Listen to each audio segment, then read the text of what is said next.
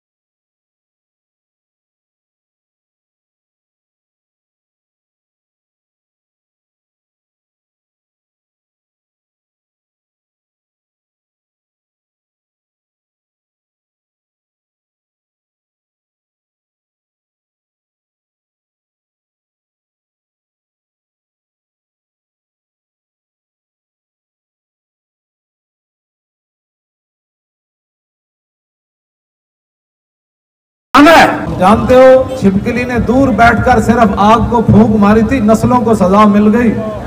हम तो हुजूर की इज्जत के लिए हुजूर जा रहे हैं, आगे रास्ता रोकेगा उसकी नस्लों को अल्लाह क्या करेगा।